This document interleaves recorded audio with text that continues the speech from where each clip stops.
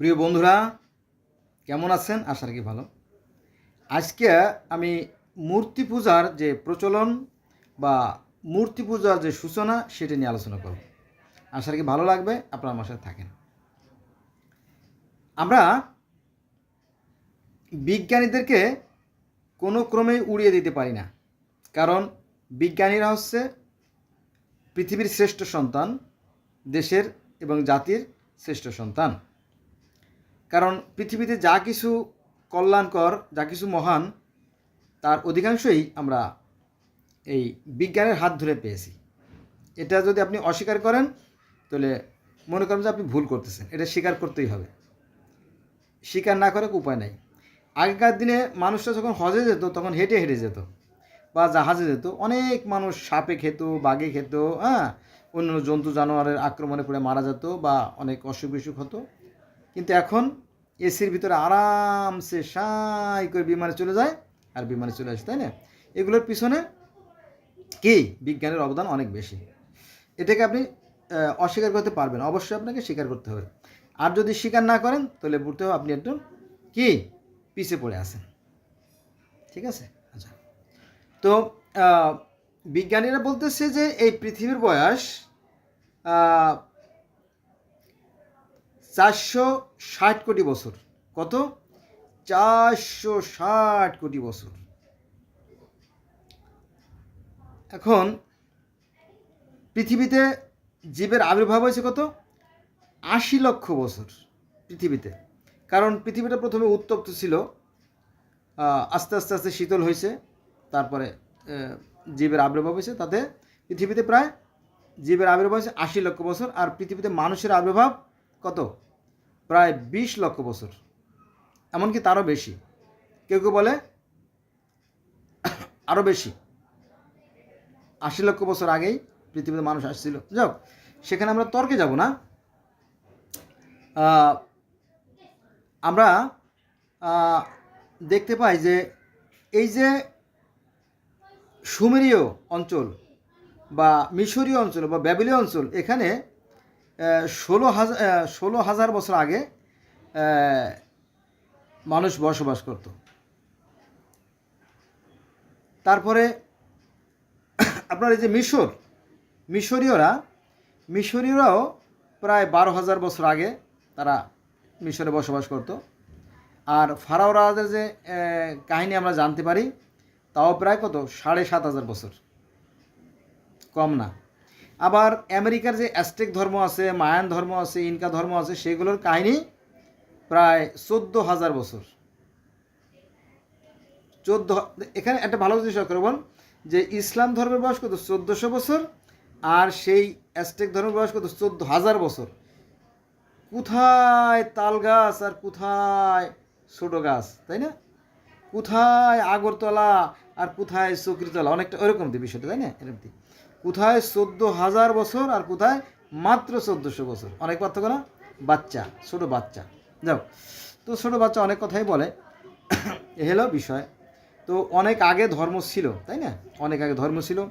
তারপরে যদি আপনার পৃথিবী ভ্রমণ করেন তাহলে দেখা যাবে যে আমেরিকার অ্যাজটেক ধর্ম, মায়ান ধর্ম, ইনকা ধর্ম, এরপরে আপনার জার্মান, ফ্রান্স, রাশিয়া, এই সমস্ত অনেক ধর্ম আছে, যেমন কেল্টিক ধর্ম, অ্যাজটেক ধর্ম, তারপরে আপনার মিত্রাইজম ধর্ম, এরপরে আছে আপনার কি জানি ভুলে গেলাম। যাক, অনেক ধর্ম, অনেক শত শত হাজার ধর্ম। তারপরে আপনার আফ্রিকাতে আছে আপনার ফান ধর্ম, ডগন ধর্ম, জুলু ধর্ম। জুলু তো একটা বিখ্যাত ধর্ম, জানেন তো, জুলু জাতি, জুলু ধর্ম। এরকমটি অনেক অনেক ধর্ম আছে। তারপরে আমাদের পূর্ব অঞ্চলীয় যে Japan, Laos, Cambodia, Vietnam, Hong Kong, Thailand, Bangkok, যে সমস্ত অঞ্চল, সেখানে কিন্তু অনেক ধর্ম আছে। যেমন টেংরি ধর্ম আছে। টেংরি ধর্ম আছে হালাকু খানের ধর্ম, যেটা আর কি হালাকু মানে টেংরি ধর্ম। তারপরে আপনার তাও ধর্ম, সিন্ত ধর্ম, বাহাই ধর্ম, কনফুসিয়াস ধর্ম, তাই না? আর ইহুদি ধর্ম, খ্রিস্টান ধর্ম, ইসলাম ধর্ম, পার্সি ধর্ম, গ্রিক ধর্ম, রোমান ধর্ম। পৃথিবীতে হাজার হাজার ধর্ম আছে। দেখ, আমরা সেখানে যাব না। তো এই সমস্ত ধর্মের বয়সও কিন্তু অনেক বেশি। অনেক ধর্ম বেশি। আপনারা যদি কেল্টিক ধর্ম দেখেন, কেল্টিক ধর্ম, সেখানে সেই সাপও আছে, ময়ূরও আছে, কাকও আছে, কবুতর আছে, সব আছে। আবার আমাদের ইসলাম ধর্ম, আমি যেহেতু মুসলমানের সন্তান, আমাদের ইসলাম ধর্ম কিন্তু এগুলো আছে। কারণ ওই যে সৃষ্টির সূচনা লগ্নে আহ, পৃথিবীতে পানি আর পানি ছিল, তারপরে পৃথিবী থেকে কাদা নেওয়ার জন্য কাককে পাঠানো হয়, কবুতরকে পাঠানো হয়, এরকম তো অনেক কাহিনী জানা যায় আর কি। তারপরে সেই জান্নাতে ময়ূর ছিল, সাপ ছিল, সাপ ময়ূরে দুষ্টুমতি করে তারপরে সেই জান্নাত থেকে আদম হাওয়াকে স্বর্গচ্যুত করে, এরকম অনেক কাহিনী আছে, তো যাব না সেখানে। তো এই যে আব্রাহামিক রিলিজিয়ন অথবা সেই এক আল্লাহ যে বিশ্বাসের যে ধর্ম, এটার বয়স কত? মাত্র 3200 বছর অথবা 3500 বছর, তার বেশি না। ঠিক আছে, এই যে একেশ্বরবাদ এ সম্বন্ধে বলি। বর্তমান যে ইরাক, ইরাকের পূর্ব নাম ছিল মেসোপটেমিয়া। তো এই মেসোপটেমিয়ার উর নামক শহরে হজরত ইব্রাহিম আলাইহিস সালামের জন্ম হয়, বা আব্রাহাম। তারপরে তিনি ওখান থেকে ভাগ্য অন্বেষণে চলে আসে কোথায়? এই কেনানে। কেনান বলতে আপনার এই যে বর্তমান যে ইসরায়েল ফিলিস্তিন যেখানে যুদ্ধ হচ্ছে, এই জায়গাটার নাম ছিল কেনান। ওই কেনানটা এখন ভেঙে আপনার ইসরায়েল আর ফিলিস্তিন হয়ে গেছে, গাজা হয়ে গেছে, প্যালেস্টাইন যাই বলেন। তো এখানে তিনি বসবাস শুরু করেন। তো এই ইব্রাহিম আলাইহিস সালামই জগতে প্রথম ব্যক্তি যিনি সেই এক ঈশ্বরের কথা বলছিলেন। কারণ ডে বাই ডে কিন্তু আপডেট হচ্ছিল, ডে বাই ডে কিন্তু এই ধর্মের পরিবর্তন আসতেছিল। হ্যাঁ, তো এটা ধারাবাহিক একটা পদ্ধতি। তো ইব্রাহিম আলাইহিস সালামও ছিলেন মস্ত বড় রাজা ছিলেন। ইব্রাহিম আলাইহিস সালাম ছিলেন বাদশাহ আব্রাহাম। তো তিনি ছিলেন মস্ত বড় রাজা। উনি রাজা না থাকলে কিন্তু ধর্মটা এতটা প্রসার হতো না আর কি। হ্যাঁ, কারণ সাধারণ মানুষের কথা কেউ মূল্যায়ন করে না। তো উনি যেহেতু রাজা ছিলেন, তাই ওনার কথাগুলো মূল্যায়ন হয়েছে বা পরিবর্তিত হয়েছে। উনি বলতেছিল, দেখো মানুষেরা, এই যে আমরা মূর্তি পূজা করি, তাই না, এই মূর্তি নিজের কিছুই করতে পারে না। হ্যাঁ, প্রতিমা আমরা অবশ্য ব্যবহার করি, ঠিক আছে। এখন কথা হচ্ছে যে সৃষ্টিকর্তা আরও অনেক বড়। যেহেতু উনি রাজা, তো ওনার চিন্তা চেতনাও বড় মাপে ছিল। বলো, দেখো যে এই যে সকালবেলা সূর্য ওঠে, তারপরে রাতে চাঁদ ওঠে, তারপরে নক্ষত্ররা উকি দেয়, তারপরে বাতাস প্রবাহিত হয়, তারপরে তাই না, এই যে জোয়ার ভাটা, ঋতু পরিবর্তন, হ্যাঁ, এই সব কিছুর মূলে একটা কেন্দ্রীয় শক্তি আছে। তো সেই আমাদেরকে নিয়ন্ত্রণ করে, আর তার নাম দেব আমি কি? ইলাহ, রব, আল্লাহ, গড, ঈশ্বর, গোবিন্দ, নারায়ণ, প্রজাপতি, হরি, এক নাম। এই হলো একেশ্বরবাদের যে ধারা বা ধারণা, এটা পৃথিবীতে প্রতিষ্ঠিত হয়। তো তারপরে এই ধারণা কিন্তু সনাতন ধর্মে আছে, কিন্তু এই জিনিসটা মানুষ জানে না বা জানার চেষ্টা করে না। কেন জানার চেষ্টা করে না? ওই যে ধার্মিকতার অহংকারের কারণে, হিংসা বিদ্বেষ ঘৃণার কারণে জানার চেষ্টা করে না। এই সনাতন ধর্মের যে 10 অবতারের কাহিনী আছে, 10 জন অবতারের কাহিনী আছে, বেদে আছে 10 অবতারের কাহিনী। সেই 10 অবতারের কাহিনী নিয়ে ডিটেলস নিয়ে বিস্তারিত নিয়ে আলোচনা করা আছে ঈশ্বরের অবতার কাহিনী বা ঈশ্বর অবতার রহস্য। সে বইটা আমি পুরো পড়ছি। তো এখানে সে নরসিংহ বা হিরণ্যকশিপু বা প্রহ্লাদ মহাজনের কাহিনী এক একজনে একভাবে লিখছেন।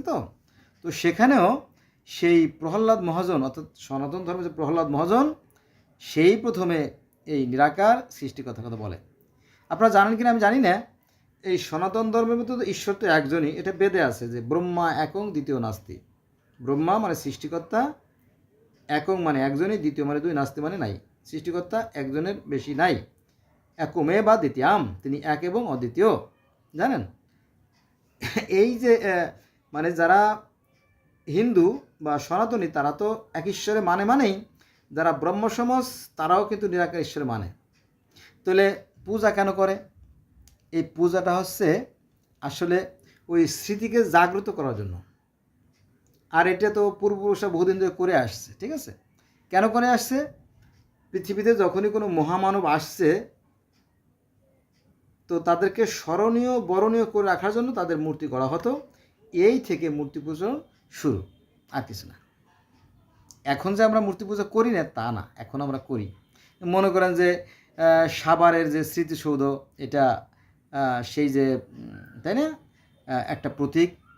তারপরে ঢাকার যে রায়ের বাজার, ধানমন্ডি রায়ের বাজার, মোহাম্মদপুরে যে রায়ের বাজার, সেখানে যে বুদ্ধিজীবীদের যে একটা স্মরণী আছে তাই না, শহীদ বুদ্ধিজীবীদের যে একটা প্রতীক আমরা ব্যবহার করি। এখানে অনেক শিক্ষকদেরকে, ঢাকা বিশ্ববিদ্যালয়ের অনেক শিক্ষকদের মেরে এখানে ফেলানো হয়েছিল। তো সেই অনেকগুলো শিক্ষকের মূর্তি তো আর গড়া সম্ভব না। তো তাদের স্মৃতিকে জাগ্রত করার জন্য এখানে কিন্তু একটা বুদ্ধিজীবী স্মৃতিসৌধ করা হয়েছে, ঠিক আছে। আর মনে করেন যে নর্মালি যেগুলো আছে, বাংলাদেশের যত স্কুল আছে, হোক সেটা প্রাইমারি, হোক সেটা হাই স্কুল, হোক সেটা কলেজ, হোক সে বিশ্ববিদ্যালয়, দেখবেন প্রত্যেকটা শিক্ষা প্রতিষ্ঠানে কি আছে, শহীদ মিনার আছে, জানেন তো। এই শহীদ মিনারও কিন্তু সেই যে সমস্ত মানুষ স্মরণীয় বরণীয় যারা মারা গেছে ৭১-এ বা তার আগে ৫২ ভাষা আন্দোলনে, তাদের স্মৃতিকে ধরে রাখার জন্য এইগুলো আমরা করি। যদিও এগুলো মূর্তি না, কিন্তু তাদের স্মৃতিকে জাগ্রত করে, এগুলো বোঝা গেছে বিষয়টা এইটা। আবার মনে করেন যে এই যে জাতীয় পতাকা, তাই না, জাতীয় পতাকারে আমরা কি করি, সালাম দেই। তো জাতীয় পতাকাটা নর্মাল 35-65 কাপড় দিয়ে বানানো। তো ওই কাপড়ের মূল্য কি এত বেশি না, ওটাকে আমরা প্রতীক রূপে ব্যবহার করি। ওই কাপড়টা অর্থাৎ মাঝখানে লাল, চারিদিকে সবুজের যে প্রতীকটা, এটা আমাদের কি করে, সেই ৭১-এর যে মুক্তিযোদ্ধার সেই স্মৃতিকে জাগ্রত করে। তো এই কাপড় কিন্তু কিছু না, ওই কাপড় কিন্তু দেশও না, জাতীয় না, বা সেই যারা মারা গেছে তারাও না, কিন্তু প্রতীক হিসেবে ব্যবহার করি, ঠিক আছে। এখন একটা শিলুক বলি, গ্রামে মা বোনের একটা কথা বলে যে কোন চাষিবা কম সালুন খাওয়ার জম, তাই না, যে কী রাঁধছিস রে, ইলিশ মাছ, এমন একটা জল দিস তো, তাই না, এইরকম আর কি। দেখেন মানে গ্রামের মহিলা তো, তোরা কী তরকারি রান্না করছিস, খুব গিরান, বলো যে ওই একটা ইলিশ মাছ আনছি, আচ্ছা আমার একটু জল দিস। দেখেন কত বড় চালাক, মানে মাছও দিস না, আলুও দিস না, কাঁচকলাও দিস না, একটু জল দিস। তার মানে কি, জল চাইলেই তো একটু করে মাছ পাওয়া যাবে, খালি জল তো দেওয়া যায় না, দেওয়া যায় কেউ রে, দেওয়া যায় না, এরকম তো বিষয় আর কি। তো এই আর কি। তো কোন চাষি বা কম সালন খাওয়ার জম, হিন্দুরা বিগ্রহ বা প্রতিমা বা মূর্তি তৈরি করে, আমরা জানি। আমরা কি কম করি? এই যে আমার দেখছেন না, এই যে আমার দেখতেছেন, এই যে আমি এই হাত দিয়ে মাজার থেকে মাটি এনে খাইছি, মাজারের মাটি। এই মাটি খাইলে নাকি রোগ ব্যাধি সেরে যায়। তারপরে আবার তাবিজ, আমি তো ঢাকার শহরে প্রায় 30 বছর ঢাকাতেই লেখাপড়া করছি, ডিগ্রি করছি, মাস্টার্স করছি, টাইপ শর্ট অ্যান্ড কম্পিউটার অনেক কিছু শিখছি আর কি। তারপর আস্তে আস্তে চাকরি করছি। তো এই 30 বছর, এর আগে ছিলাম ফরিদপুর শহরে কয়েক বছর, আর 5 বছর, মানে জীবনের বেশিরভাগ সময় আমি শহরে কাটাইছি। তো আমার মা বাড়িতে গেলে একটা তাবিজ দিত, বাবা হাতে একটা তাবিজ দিত, মাজা একটা তাবিজ দিত। তো যেহেতু মা দেশে, মাকে তো আর অসম্মান করা যায় না, তাবিজটা আমি পড়তাম।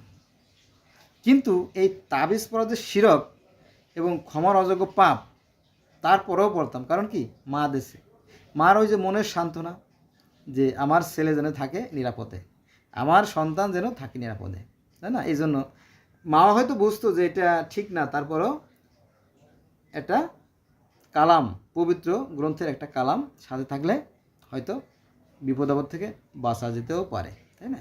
তো এরকমটি। তারপরে এই যে হাত দেখছেন, এই যে আমার হাত, আমি এখন তো বেঁচে আছি, তো বয়স হয়ে গেছে।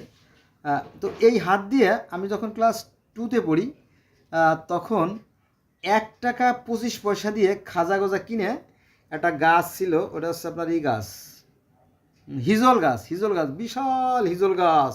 ওই হিজল গাছের গোড়ায় ফেলে রাখছিলাম যাতে রেজাল্ট ভালো হয়। বরাবরই ভালো ছাত্র ছিলাম ইনশাল্লাহ, সায়েন্স থেকে পাশ করছি এসএসসি। তো তারপরেও মনের মধ্যে একটা সংকোচ, যে আমি কি ভালোভাবে পাশ করে যেতে পারে, যাতে সম্মান থাকে। তো সেটাও করছে। আসলে এটা ঠিক করিনি, এখন বুঝতে পারতেছি। তো যাই হোক, তো এই যে মাজার পূজা, তারপরে মাজারে সিজদা দেওয়া, তারপরে এই যে আপনার ঢাকার গুলিস্তানে দেখবেন যে গুলিস্তান, তারপরে আপনার মিরপুর, বহুত মাজারে যে সুতা, পানি ফোড়া, তেল ফোড়া, এগুলোও কিন্তু শিরকের অংশ। কিন্তু তারপর আমরা করে যাচ্ছি, কিন্তু আমরা মুসলমানরাই করে যাচ্ছি।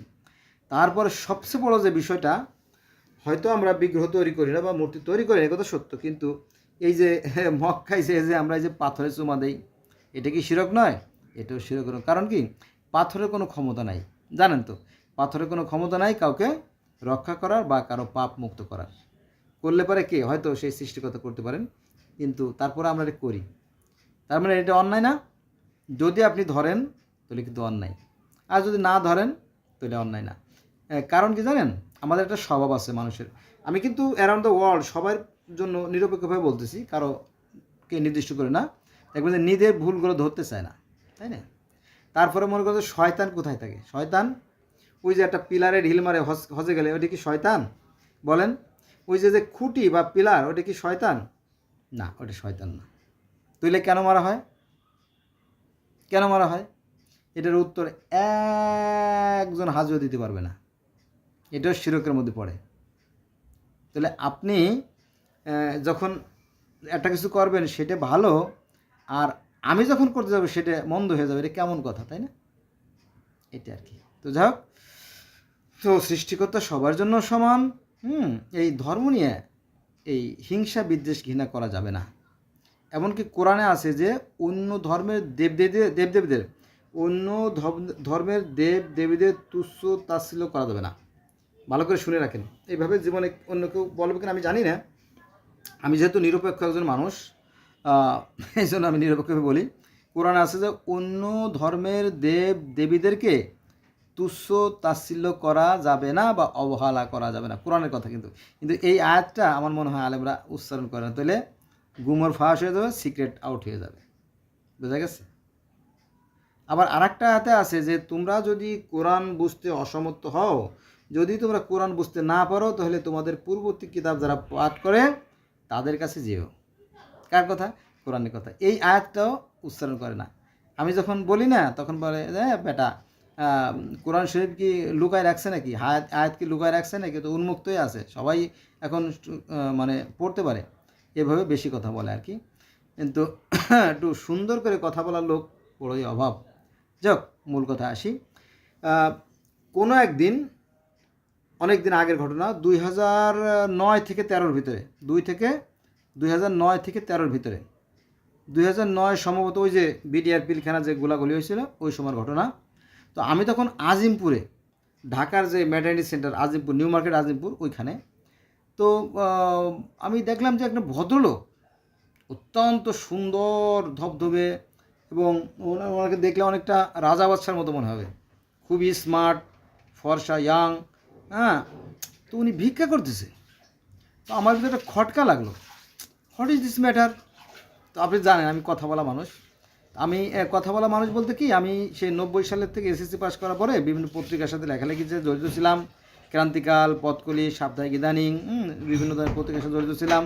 তারপরে কবিতা লিখতাম। আমি একটু ভাবুক শ্রেণীর আর কি, একটু চিন্তা করলাম। তো এই লোকটার আচরণ দেখে আমার কাছে মনে হলো যে সালাম দিলাম। সালাম দেওয়ার পরে উনিও ওয়ালাইকুম বলো। তারপরে আমি বললাম যে ভাই, আপনার তো আমার কাছে সন্দেহ মনে হচ্ছে, আপনি কেন ভিক্ষা করতেছেন? বললো ভাই, আমি একজন খ্রিস্টান। মানে ওই লোকটা বলো যে আমি একজন খ্রিস্টান, আমার বাড়ি খুলনা। তো আমি মুসলমান হয়ে গেছি, আমি মুসলমান হয়েছি। মুসলমান হওয়ার কারণে আমার এলাকার লোকজন আমারে গোত্রচ্যুত করছে, আমাকে এলাকায় থাকতে দেয় নাই। পরে আমি ঢাকা চলে আসছি এবং আমার একটা চাকরি হয়ে গেছে একমি কোম্পানিতে। একমি কোম্পানিতে যে কার্টুন যে বাইন্ডিং করে না, মেডিসিন বাইন্ডিং করে, এই চাকরি তার হয়ে গেছে। তবে আর 10-12 দিন পরে তার জয়েন্ট। তো এই 10-12 দিন তাকে চলতে হবে, কিন্তু আর্থিক সঙ্গতি তার নাই। ঠিক আছে? তো এই কয়দিন তাকে এই ভিক্ষা শিক্ষা করে চলতে হবে, এলে বিষয়। তো আমরা সাধারণত মনে করেন যে একজন হিন্দু যদি মুসলমান হয়, আরে কি উল্লাস, ফুলের মালা টালা দিয়ে গোটা এলাকা গরম করে ফেলে। মানে যদি অন্য ধর্ম থেকে একজন আমার ধর্মে আসে, তাহলে কিন্তু সেটা আহা, জয় বাংলা, তাই না? কি আনন্দ। কিন্তু যদি একজন অন্য ধর্মে চলে যায় তখন তার ঘরে আগুন দেয়, শালারে আগুন জ্বালাই দেয়, ওরে দেখলেই মারবি, তাই না? এরকম না? নাকি ভুল বলতেছি? ভুল বলতেছি না। তো এগুলো আমি যেটা মাঝে মাঝে বলি সেটা হচ্ছে যে এই হিংসা, বিদ্বেষ আর ঘৃণা থেকে ধর্মগুলো জন্ম হয়, ঠিক আছে? কিন্তু প্রকৃত ধর্ম যেটা, তা মূলত এক এবং অভিন্ন। আর তা হচ্ছে যে পৃথিবীর প্রত্যেকটা মানুষ সুখে হাসে, দুঃখে কাঁদে, শীতে কাঁপে, প্রত্যেকের আবেগ অনুভূতি এক। আর সৃষ্টিকর্তার বিধান কিন্তু একই। যেমন আগুনের ধর্ম পুড়িয়ে দেয়া, সে পুড়িয়ে দেয়। বাতাসের ধর্ম প্রবাহিত হওয়া, সে প্রবাহিত হয়। তারপরে বাতাস একটা মাধ্যম, বাতাস না থাকলে কথা বলতে পারতাম না, বিমান চলতো না, পাখি উঠতে পারতো না, ঠিক আছে, আমরাও চলতে পারতাম না, এরকম থেকে। তো এগুলো সৃষ্টিকর্তারই বিধান। তারপরে এই তো পানির কাজ ভিজিয়ে দেয়া, আগুনের কাজ পুড়িয়ে দেয়া, তাই না? এগুলো মূলত ধর্ম। আর প্রত্যেকটা মানুষ সুখে আসে, দুঃখে কাঁদে, শীতে কাঁপে, আবেগ অনুভূতি এক। কিন্তু প্রত্যেকটা মানুষের রক্ত লাল।